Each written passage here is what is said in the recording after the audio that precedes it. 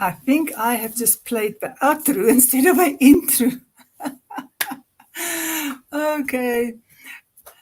Chuck Groot. How do you say that in American? Your surname?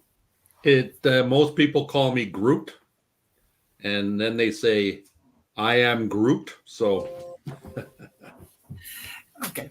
Like, but my favorite way of doing it is, "Hi, Mr. Big." and that's appropriate as well. Yes. So, Chuck, we haven't talked in quite a while. The last time we talked was when we did the men's summit. We Yes. know how many men and women have come back to us and have said that it's been really eye-opening, inspiring, really validating for a lot of people. And, that word validating is the word that I love, which is because we all need to be validated for our feelings and how we really feel inside. So thank you for being part of that, and thank you for being part of our new book. And I'm just going to share the slide here, and we're going to read from your chapter, right? Ah, Okay. And so we're going to take a little look here at what our book looks like. Nobody, I haven't shown it to anybody. This is a reveal. We wow. are, I am we so honored. I yeah, was we are honored to be asked to revealing. be part of the summit, let alone be part of the book. And now we're going to reveal the cover for the first time because nobody's seen it until today. It's Oh, the first time we've revealed it. So there's our new cover. fantastic. Voted in by men and women, I may add. Hmm. There we go. Right, there's our book. And let me fall in by reading a bit from your chapter. Oh, I suppose had I been present, fully present, I might have been able to be there for my wife, but that was not to be. Once a person is caught in the hands of addiction, there is no reasonable or rationale. There is no discussion. There's love, patience, and putting the other person first, regardless of how hard that may be. But sometimes that is just not enough. Isn't that what a relationship is built on? Dealing with the most important thing to move your relationship forward. Tackling one thing at a time. You need to be intentional and in the moment. So, um, so Chuck, so let's talk for a moment about addiction. I think I'm going to get to another piece where there was a time when you putting your wife first and putting the relationship first and trying to move forward just wasn't enough. Um, there was a great deal of effort and time put into that. Um, but what you had just brought forward a few minutes ago about the piece of validation, we all crave to be understood. We all crave to be accepted. And most importantly, to be validated that we are being heard. Um, when people have an addiction or another psychological challenge, if I may, um, rationality isn't always present. So, no matter what you try or do or say, doesn't always get through till afterwards, after they've gone through that period. So Yes. it's I hate to use the term because it's fighting through that period. And I'm not talking about the relationship fighting and bickering back and forth because there's tons of that. But it's yourself trying to lower your expectations and lower your desires to get to a place where there was happiness, because I always feel we all got together in the beginning because we loved each other, we liked each other, we liked being together. Otherwise, why would you go through all that? So anyway, I'm sorry, that's a long-winded answer. Yeah, Yeah, but it's great because I really do want to talk about this because in the end it wasn't enough and your wife left anyways. And Yes. we'll get to that in a minute. Because you see, I've had my father was alcoholic. No matter what anybody did, it was Yeah. the addiction. The addiction was his coping mechanism. Yeah.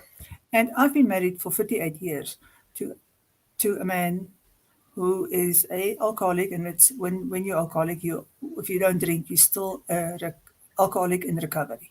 Yeah. So I have a long history of him having stopped and started again, and then Yeah. stopped again. So, and that thing that you brought up there, which I think is the road for most people with somebody trapped in addiction, is you get into it. I mean, I fully believe, just like you, I need to work harder. I need to fix this. I have to give more. I have to be more understanding. I have to check myself. What did I do wrong? What can I do better? How can I help him to get over it? I firmly believe that. And it's just never enough because you can't do it for somebody else. And in the end, if they don't start doing it for them, you become completely depleted because you put it so well. You have you lower your standards. I mean, I call mine the movable boundary. Hmm. I had that movable boundary. The boundary kept moving because it was more important for me to keep my addiction to this man.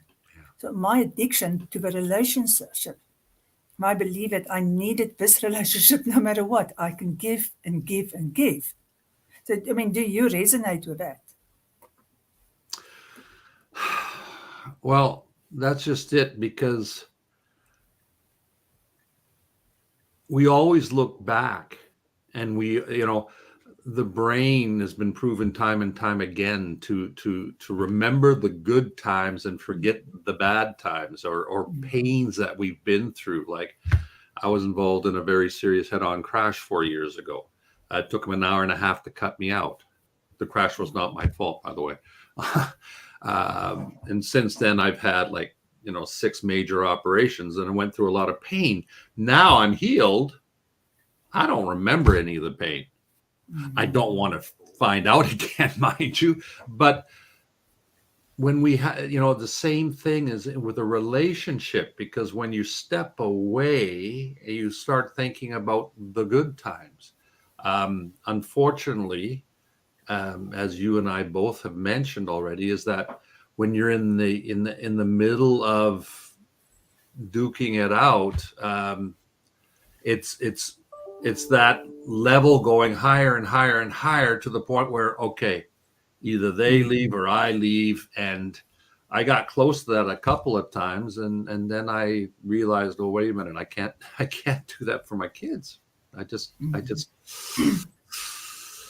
so but Yeah, and even that one is debatable because one of the hardest developmental hits for children is having a mother who's an alcoholic.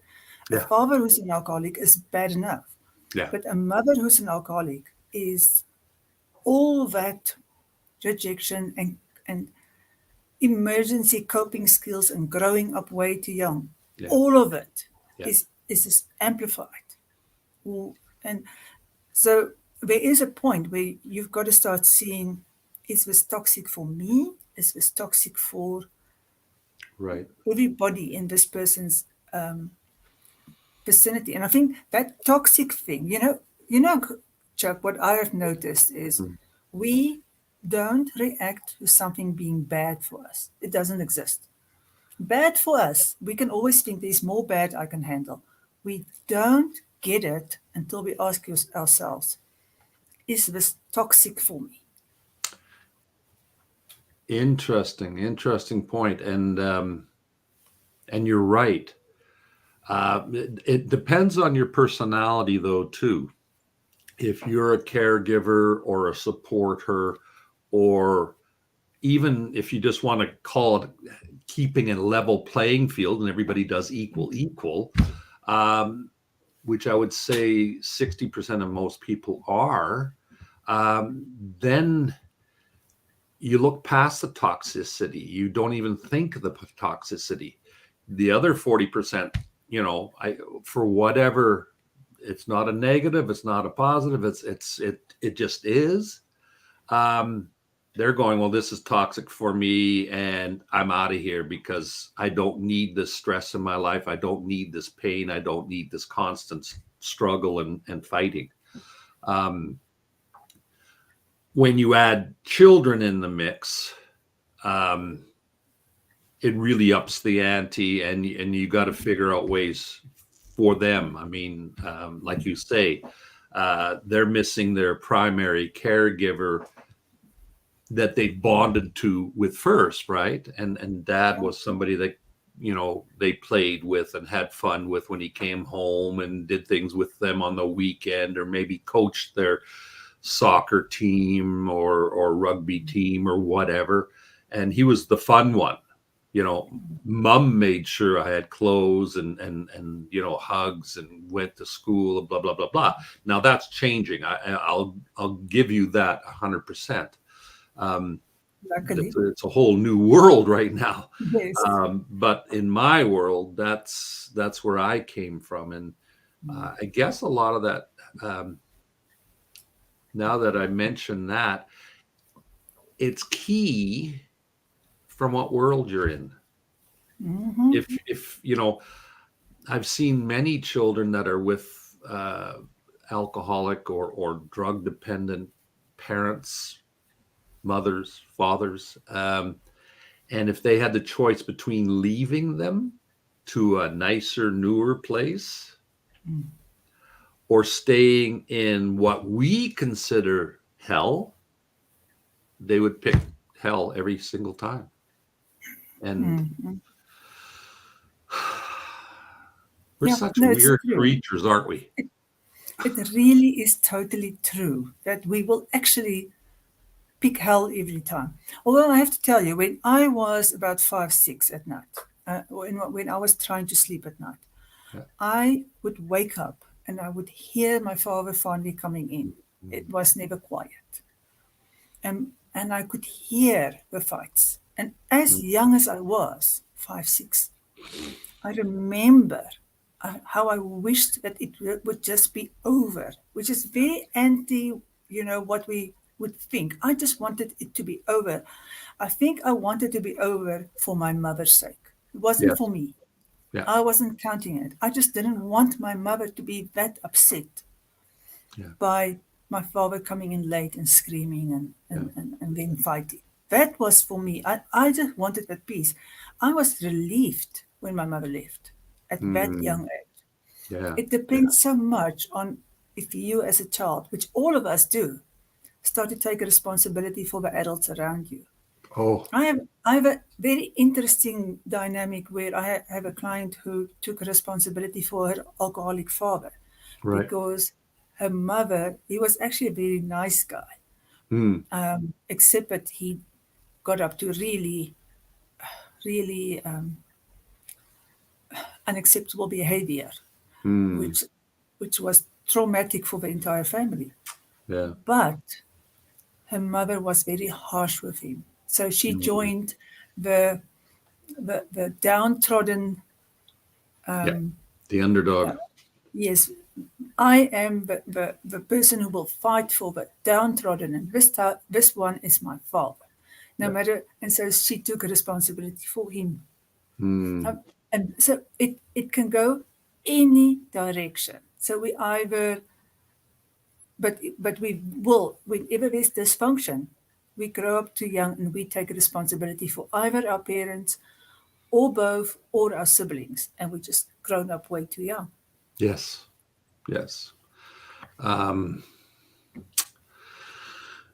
Many stories abound with that type of theme, and it's what amazes me is how adaptable we are and how much we strive to survive. I was just talking the other day with a young mentor of mine that I was helping out, and he was telling me about the fact when his mother left his father was a raging alcoholic, and he came back a few months later and tried to physically kill her. He was 4 years old. He jumped on his back, and he Oh, said he remembered thinking that if he could just look in his dad's eyes, get that look in his eyes, that he would stop, that he would. He said, when I looked in the eyes, they were totally blank. I mean, he was totally gone. There was mhm. nothing. And even at four. Yeah. No, you know, we have those experiences. I was about 5 when I decided that my father loves me and Yeah. therefore I will be the one who will go and empty his alcohol bottles. So I Hmm. went into the place where nobody's allowed, but I had such belief that he Yeah. loves me enough, he will stop drinking for me. So I Right. went and I emptied his alcohol bottles. Ooh. And then I don't know what happened. I have never heard one whisper or a peep about it. So I think my mother must have intervened. But my Wow. father didn't stop drinking. I was Yeah. brave because I believed that he loved me. He didn't stop drinking, and I stopped believing that he loved me. So Ouch. Yeah. yeah, so you know, we have those. We come from a place of pureness and innocence when we are that Yeah. small, Yeah. and we still have a belief in the world. So what I want to know is, okay, so first of all, I just want to point out something. So you are coming from a place where your mother and your father were amazing people, Yes. hardworking, from decent stock, Yes. loved each other, treated each other with respect. And like, I think if I remember correctly, your only dent really was you knew in a new culture and your family was struggling to make ends meet and you started working fairly early. Am I remembering right? Fairly right. They were always middle of the road. So, I mean, there wasn't like dire circumstances. Yeah. I just was an A-type personality and started Okay. really early Okay. But because I what had I'm goals. yeah. So what I'm trying to say is you didn't have like major dysfunction in your No, family. I You did you not. were And immigrant stock and got on with it and made things happen yeah, through Dutch style. We make things happen we and we make things get on with happen. it. I That's have right. enough Dutch in me to know Very that part. stoic, fun-loving Stoics. Yeah. And But it was yet you still chose to marry somebody who was an alcoholic and stay with her, which is so it can happen to anybody, no matter where It you're can coming happen from. anybody Yeah. anytime. When we got married, I didn't realize she was an alcoholic. You see, Yeah. um, and today there's so many sad stories with many of my friends where their children, loving homes turn to drugs and die of overdoses and fentanyl, and it's left, right, and center. So I spend a lot of time counseling or mentoring, um, just giving sympathy, or as I like to tell people, listen, I'm just a big ear.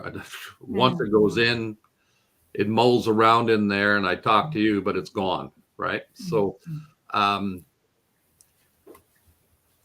a lot of times it comes from places of pain, but other times it just comes because it was offered to them when they were young or whatever, and they just made a Yeah. bad choice.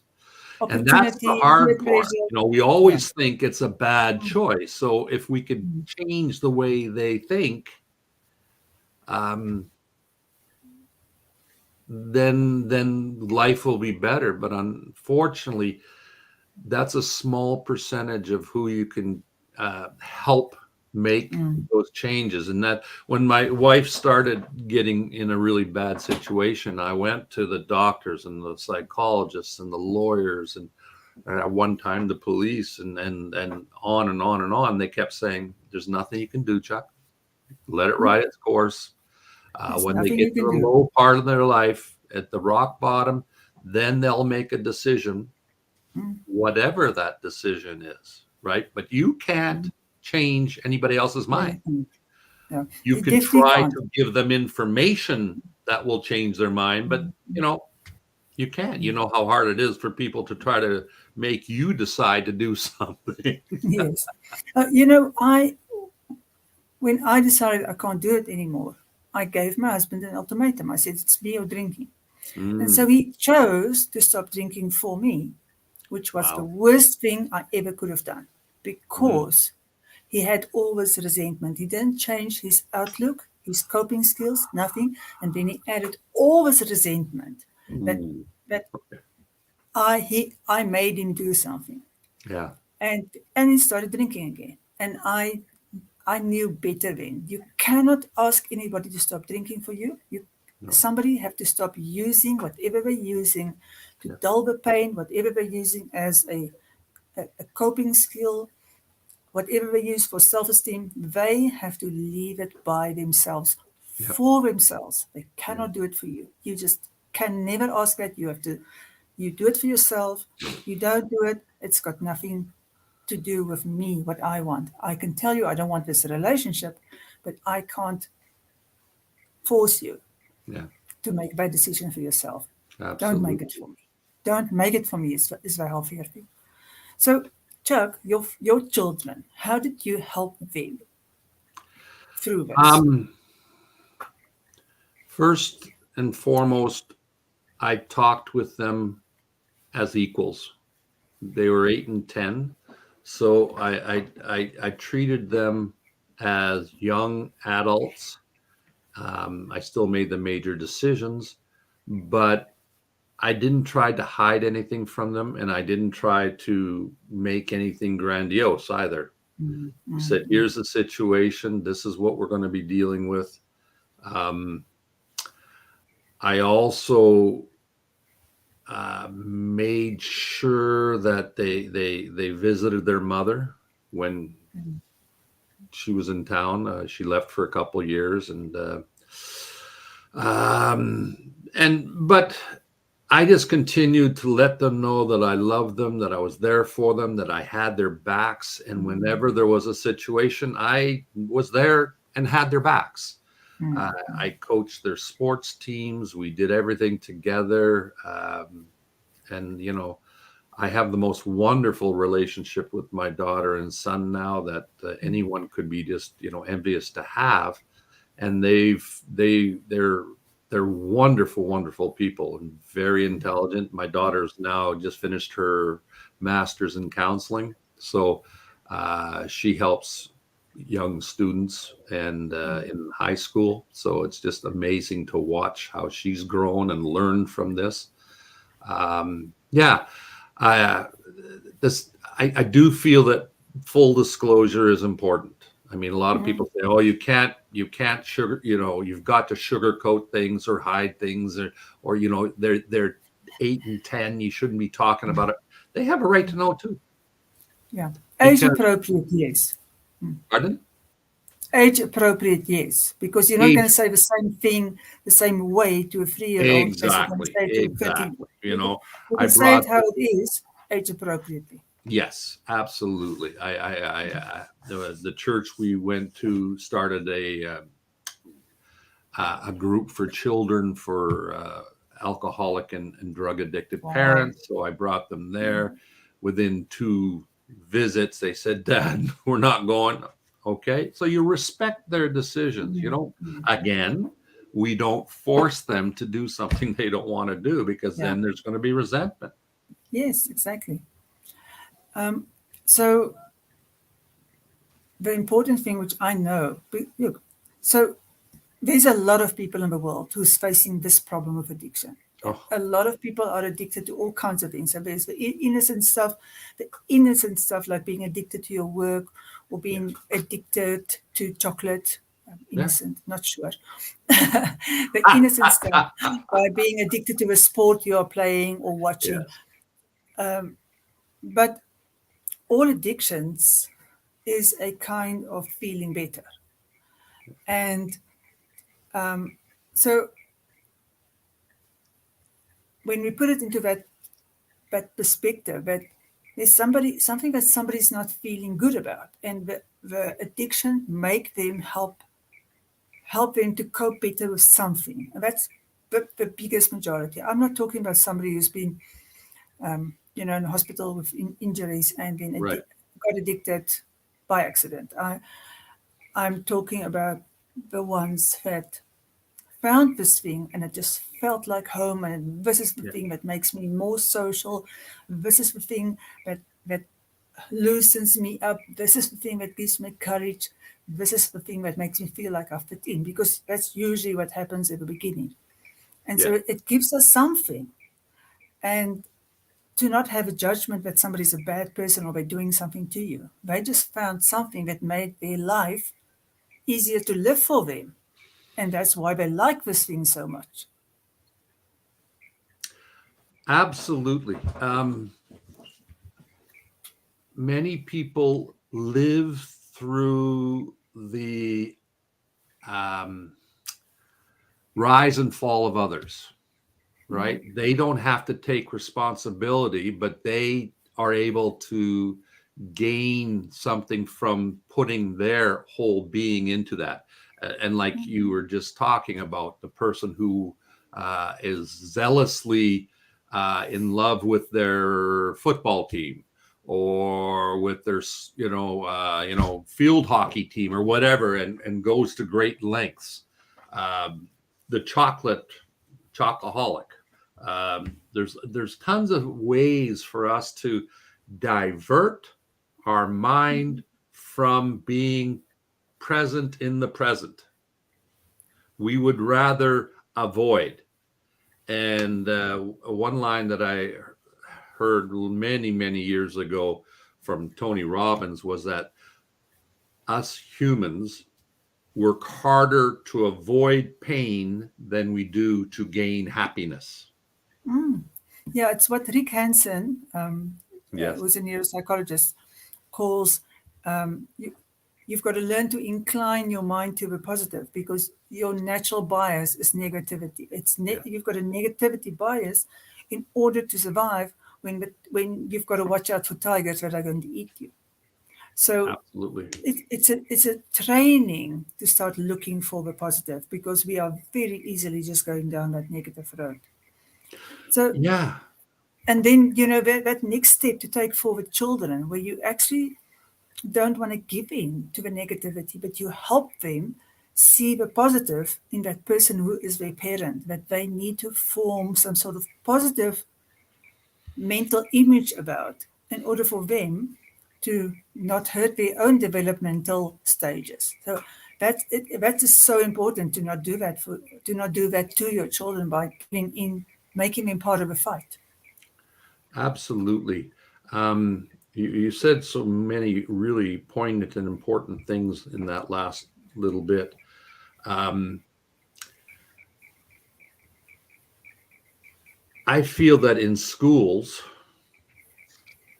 they need to spend more time teaching us about who we are and how we think and how we can control our thoughts.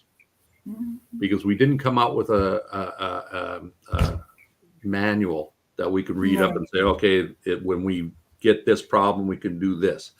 Um, you know, I believe that reading and writing and arithmetic and science and history is all good, but they need to put more focus on, how do you stay positive? How do you stop negative thinking at an earlier age? And I'm not talking about programming kids to be a bunch of positive little zombies. No. I'm talking about giving them proper self-esteem and how they can stand up for themselves, not in an arrogant way, but in a positive way.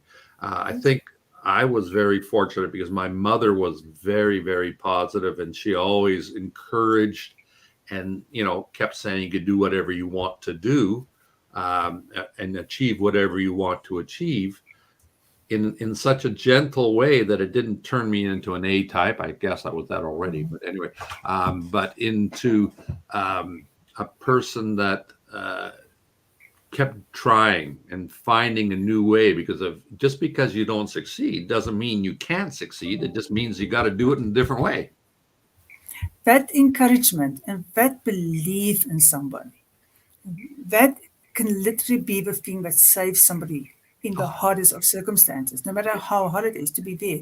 And another thing which I've heard from what you've done for your children is you were present, you were actually there, you gave them time. And when a parent gives their children time, real time, when they know they are valuable people, and when they can grow up feeling that they're valuable, even if it's to the one parent, they Yeah. have a saving person in their life, and that can be enough for them to grow into Oh, not absolutely. damaged, yeah, not damaged, but being able to live their life despite their history.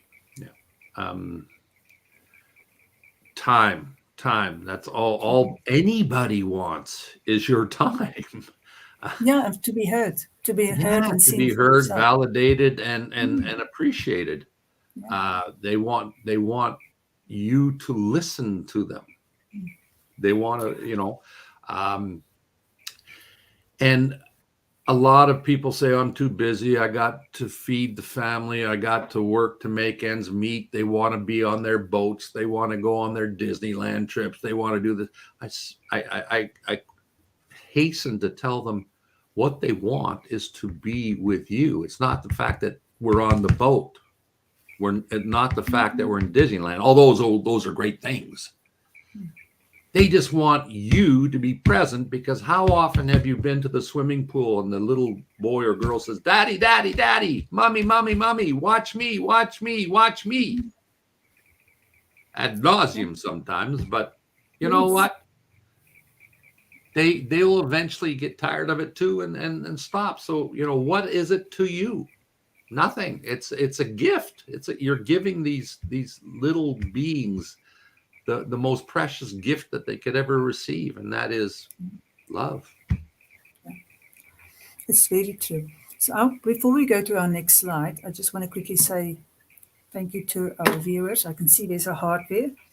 Thank you for that. You guys know I love us.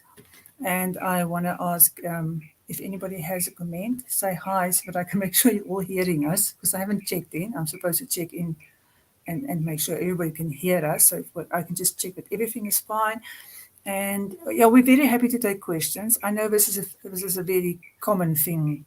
Yeah, and if you're stuck there where you don't know what to do, or you don't know how to handle it, or where to go to next, yeah, some of us have done it. Some of us have walked the walk, and you eventually figure out what's not working and what is working. Also, something that a lot of my clients deal with is addiction in one sort of way or another. Yeah. And yeah, you can be healed from it, but you've got to do it yourself. But anyway, so thank you all for watching. And if you're coming in afterwards to watch, then just keep on leaving comments and questions. We love questions, we love interaction. Right, so let's go to the next slide. Okay, I'm still waiting for comments. Let me see. Anybody have any problems? Oh, there's another heart. Thank you so much. Thank you. Love that. Thanks, Elise. Thanks, Sam. Hi. Nice to see you guys. Right, so I can't see everywhere. I can't see what's going on YouTube. I can only see what's going on Facebook. Right, so let's go. Let's look at the second. I'm enjoying our conversation a lot here. Okay. We all have a path, a destiny, and we are not privy to know what it is till we experience it. I love these words. Many people have tragic events before them. Others just have a series of upheavals that shake their foundation. Whatever your story is, your past does not equal your future. I think I wanted to read that again. Whatever your story is, your past does not equal your future. You have the power to decide to do things differently, to create a path. That's so awesome. Those words, they are so powerful. Thank you for sharing that with us. Thank you for putting that in your chapter. And it's true, isn't it?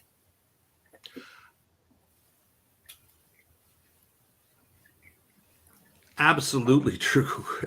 I'm a little dumbfounded, because quite often when I'm writing, I just get into a flow, and I feel like it's coming through me. I'm just a pathway, I uh, know what you're saying. as opposed to an author.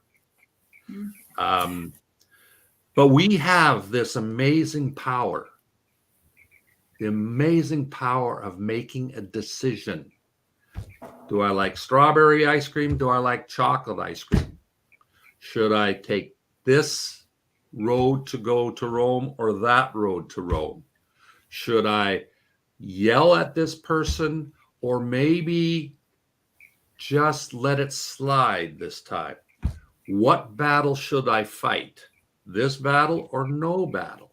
We always have that huge, powerful thing called a decision that we choose to make. If you're with the spouse that's really abusive and addicted, you do have the choice to leave.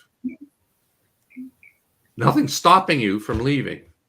You can come up with 1,000 excuses for not leaving, but you can leave. If somebody's yelling at you, you have the power not to engage. They're eventually going to run out of steam. It's one thing that I learned a long time ago when I was learning sales in one of my jobs. And they said, when you're dealing with a person who has a complaint, what you do is you say, Mrs. Jones, can you please tell me what's wrong and what are you unhappy about? And don't interrupt Mrs. Jones. Let her go on. And then when she's done, pause, say, is there anything else that you're not happy with, Mrs. Jones? And if she comes up with something, you don't interrupt. You let her go through it. And then you might say again, is there anything else? Because it never fails that if you start trying to argue back with a person, they'll come back with more. Yeah. But if you get them to empty their suitcase, there's nothing more that they could pull out of it. And it's the same thing with an addicted person. But there is a little difference there. And as much as that, there's stinking thinking. Some call it drinking thinking. And they're not in their right mind. They're not the person you know and love. They're a captured soul. They're captured by a wrong decision. Yeah. Now, does that make it okay? Hell no. Because their decision is impacting many other people. Yeah.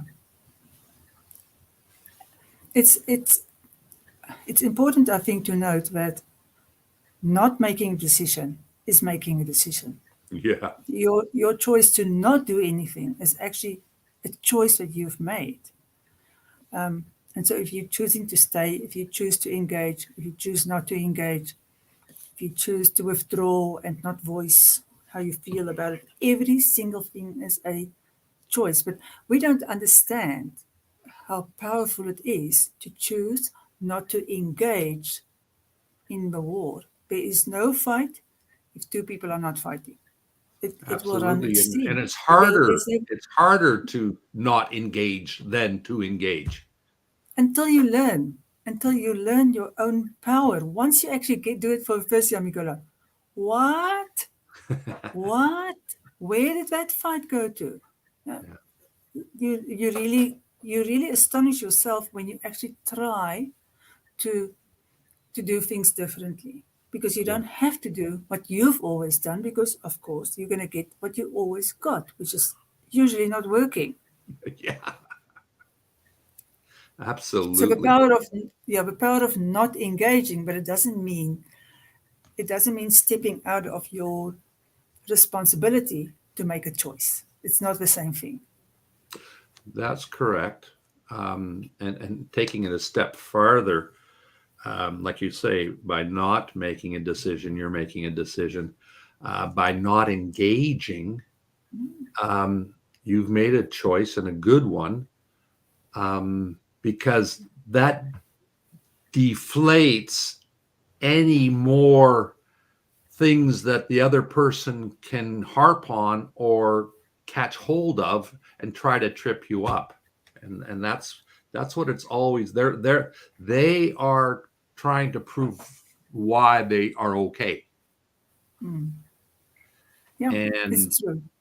Yeah, they're trying to prove why they're okay, and they're the smart ones in the room, and you're the dumb one. But the fight stops if there's nobody engaging, because literally the way that the fight actually, it's never the first sentence. It's always when the blame come and the defensiveness, or always when the deflection happens, Yeah. and there's somebody on the one side either making somebody wrong or somebody becoming defensive. That's the moment the fight really starts, not at the first sentence, because we don't fight about whatever was said first. We fight about the deflection. We take the bait and we go down the rabbit hole. We don't even know what we're fighting about anymore. We are Oh, just trying to be innocent and make the other person guilty. That's all it ends up being in the end. that's right. Shame and I'm blame. right, you are wrong. Yeah. Shame and blame. Yeah. And And then like you've nobody already wins because discussed, you nobody's can't change listening. anybody's mind. Yes. Yeah. Nobody's listening and nobody's winning. Once you got past that first statement where you could have chosen to step out of it. Yeah. Yeah. Yeah. It's awesome. This is awesome stuff because it sounds complicated until you've done it the first time. Yeah. Then it's just like, how did I never know this? Well, that's exactly it. It is so easy, yet it's the hardest thing in the world because nobody likes being yelled at. No one likes having the finger pointed at them. Yeah. Nobody wants to. No one wants to be in a fight. I don't think. Well, unless you're paid for it, but that's No, I don't beside think the we point. want to. I honestly don't think anybody wants to. No. And yet it's like you say, it's an engagement of two people. The most difficult part, and while you were talking, my mind was racing with you. And if I'm tired, I've had a hard day, or I've just done something and it's frustrating, or I'm just off in certain ways, or we've had this confrontation 5 times in the last 2 days, then we're weakened. Our resolve is weakened, and it's harder. It becomes harder to disengage. Yeah. But having said that, it actually makes us need to disengage even more. And I love what you said, and that is it becomes easier. It's like Roger Bannister in whenever 1950s, ran the first 4-minute mile in Vancouver, BC in the Olympics. And after that, 30,000 people have done it. And why have they Yeah. done it? Because they know that it could be done. Before Yes, that, nobody exactly. thought it was possible. Yeah, Once that's such a you've done, powerful thing. pardon? It can be done. It can be done. And that's what we're both saying is that, guys, you've got to try it. Remember, if your parents didn't show you this way of, but your parents trained you this way. They made you guilty. You were innocent. They did it in the fights between them. Somebody's guilty. Somebody's innocent. Somebody's talking. Somebody's judging. Somebody is criticizing. Somebody's withdrawing. Somebody doesn't have self-respect. We don't see. We just simply don't see respectful interactions enough between parents. So we have to start somewhere. Yes, you're 100% right. I was the most blessed person in the world with my parents. It's interesting. My father, I had him come to live with me during COVID, and he passed away in February. And it was such a blessing to have him in my house and the two of us living together again. And I cooked and, did all that stuff and maintained him. Since he passed, I think more and more of my mother and father every passing week. And I thank my stars for that lucky foundation, that blessed foundation. And many other people do not have that. They have parents that are warring, or they have lived with one parent. I'm not sure. And I want to ask you this, Louise. What do you think is worse? Having two parents that are warring or just living with one parent? I don't think you can answer it that easily. I honestly don't. I think it depends on the In the end, it's going to depend if either of them are being a saving person for you. Because you can live with one dysfunctional parent and Yeah. you're going to be not any better off. But if you're living with one ad- adult parent, a parent who actually know how to adult Yeah. and who has time for you and who has space for you as an individual, that's good. And it doesn't actually even have to be a parent. For some people, Yeah. a grandparent Yeah. is the saving person. I mean, I've just talked today to Kyle that I will bring on one day to be part of his conversations with men thing, and how his grandparents, his step grandparents, have Wow. been his saving people. And such Wow. amazing. So it doesn't happen, it doesn't matter who you live with. If Yeah. you have somebody who's there for you 100%, they believe in you, they encourage you. It can be a teacher, it can be a neighbor, it can be anybody. If you have somebody who believes in you, it changes the whole entire direction of your life. We just need one person to believe in us. You know, it's interesting. I was just reading a study, and it basically was stating that one of the most influential people in your life, who do you think the most influential person would be in your life, Louise? If you thought of all the people around you, who would the natural person be? It will, yeah, the natural person would be your mother. The Yeah. natural person. It was their coach. Oh, wow. And because they're always striving to push them, to get them to be better. And in many Oh, okay. cases, most coaches are positive, Yeah. right? So you're talking about people who are doing well. The most influential person in their life was a coach. Yeah, yeah. Which I found, Makes sense. they're respected. But I mean, the most person, the number one person you go to when you in any situation is you're on the phone with your mom, right? Yeah. So And you said it. You said your mother always said, you can do this. Your yeah, mother always believed in you. So yeah, she started coaching you from young. But sometimes you don't absolutely, have that person. Yeah, sometimes you don't have that person. And if you have anybody who's a coach for you yeah, in those years, the formative years, yeah, wow, yeah, that's a saving person. That's a very valid point, a saving person. yeah, exactly. So So I was going to just try and quote Viktor Frankl, which is, and I know I'm going to not say it perfectly, but I mean, I love quoting Viktor Frankl at any time because you just can't argue with Viktor Frankl, which is in the space between reaction and not reacting, there lies perfect peace. And I know that's not what he said, but that's basically if you choose not to react immediately, there lies perfect. So if you can build in the space between just reacting and then responding, you can create perfect peace in your own life. You yourself can create perfect peace in your life because you don't have to respond to everything. that's powerful. That was very, Viktor Frankl was an amazing, amazing man, and he suffered horrendously. Um, I like that. I like the way you actually Paraphrased quoted it. it. Yeah, And you know what? I believe that's true. it's true. You've got that moment where you've gone over the crest of the hill, you're on top of the mountain, from reacting to making a decision, you're on top of that decision, and you can go, and then Yeah, you go to not yeah. reacting.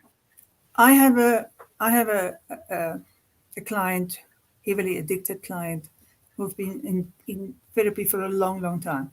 And there was that one day Mm, when he said to me, I'm doing better. I've come to realize the value of the silence, the quiet place, of not reacting. And that moment, and it's a long road, it's a struggle, you can fall back anytime. But when you actually understand that thing, you don't have to react to everything. yeah. You are already a few steps ahead, a lot of steps ahead from where you were before. When you still believe you have to react to everything, you have to be in defensive mode about everything. We're trained to do that. It just hit me because I was thinking about the quote in the Bible. It says, "Be still and know that I'm there." Mm. And I think the key there is to be still, just be quiet, just stop everything. One of my partners, a brilliant man. You know, when we look at different companies and the owners are just, you know, pinging off walls because of the difficulties that they're having, he says, "Stop. Don't do anything. Just stop." And so what you're saying there is brilliant. Um, the flip side of that also is the fact that if you give up the power, doesn't mean you've lost the power. No, no. It just means that you've given it up for the time being. And Actually, do you give up the power, or do you just choose not to have power because you get sucked in? you give up the power in as much as that you're not propelling yourself forward. And what I wanted to quickly add to that is that you can't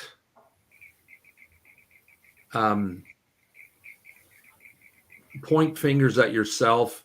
You don't have to worry about losing face, or you know, that you're not holding your place in line, that you're becoming, uh, like you say, you're being sucked in. You're not, because you've made a decision, and this is what we talked about a long time ago, is to stick to your boundary.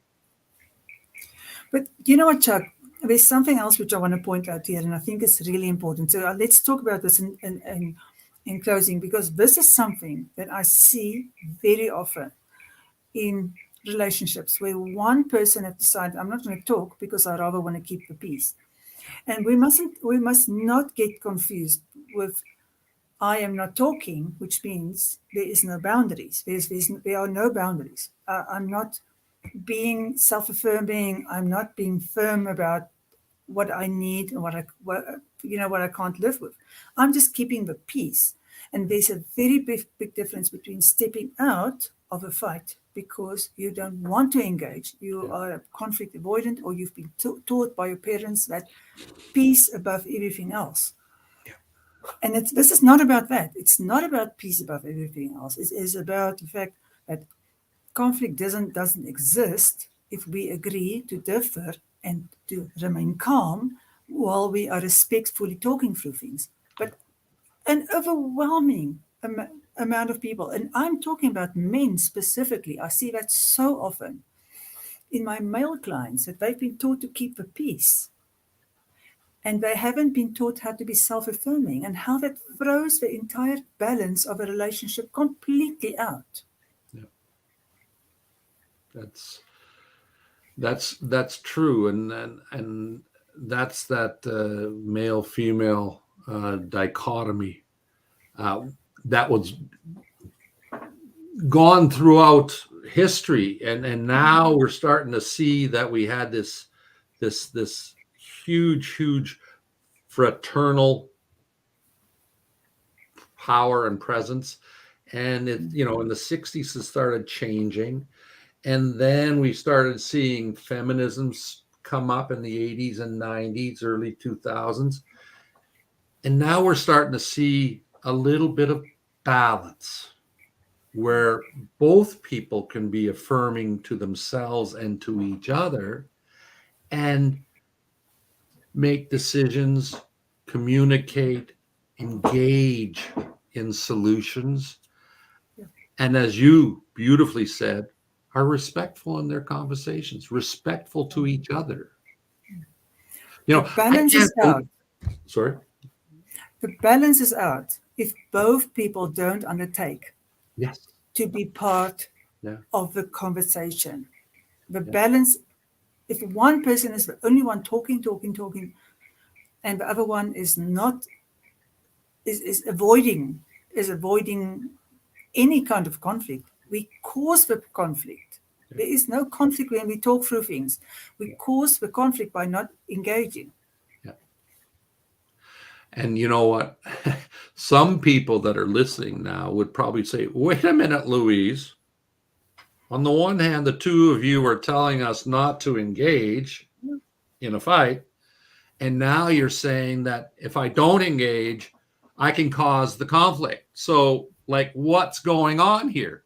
And there's a different sense, actually, of not engaging in the argument as opposed to not engaging in a discussion.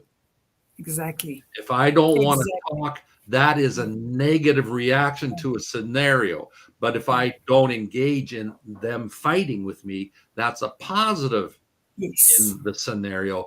And I could say to that person, listen, I understand how you feel. I know what you're thinking. I would love to sit down tomorrow at 10 o'clock over coffee and discuss this again. But I want to discuss it now. Well, I appreciate that, and I'm here to listen.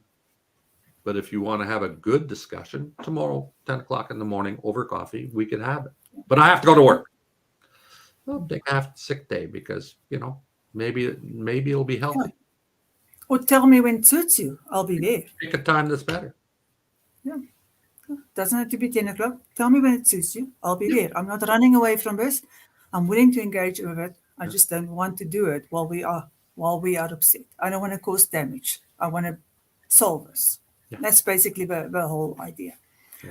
Okay, let's see if we have any. I don't know where this hour has gone to. It's just. I know it's flown by. Okay, so let's see if anybody has any questions. Okay, you can also just say hi. We like that. And we still don't know if anybody's hearing us because nobody said hi, perfect sound, we're hearing you, and no questions. So when we love questions and we love interactions and we love it when you say hi to us. But I am very appreciative of our hearts. Thank you, guys. I quickly want to say to everybody who comes in afterwards and who comes and watch afterwards, because I know there's a lot of you, please comment. Just tag either of us with an @ sign, and Facebook will let us know that you've asked a question. We come and watch. There's a comment. Thank you. There we go. Hi Sam. Thank you for commenting. Thank you for watching. Thanks, Sam. Hi Liz. Thank you so much for watching. There, you see, now I'm happy. Thank you. I'm very happy. Okay. Yeah, it's much better than thinking you're talking to nobody. Hey, it's so lovely if you talk to people.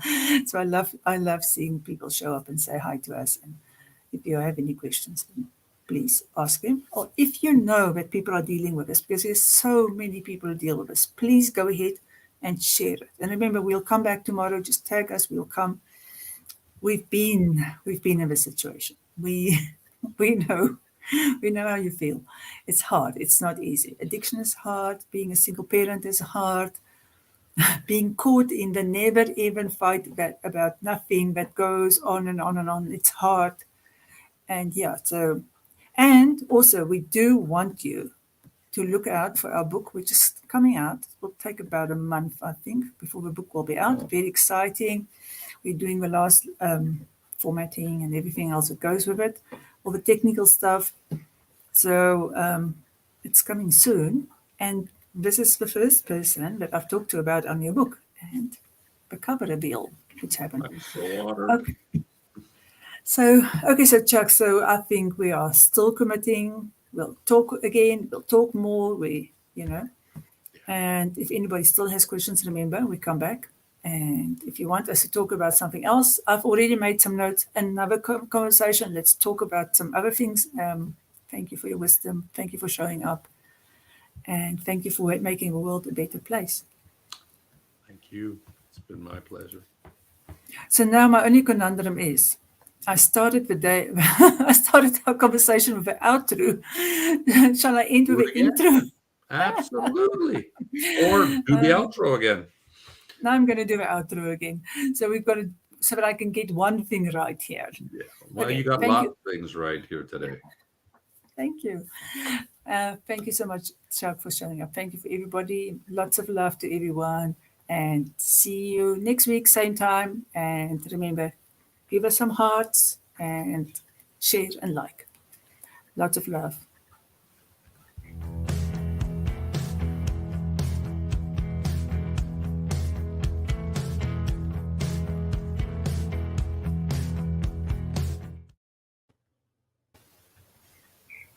Wow.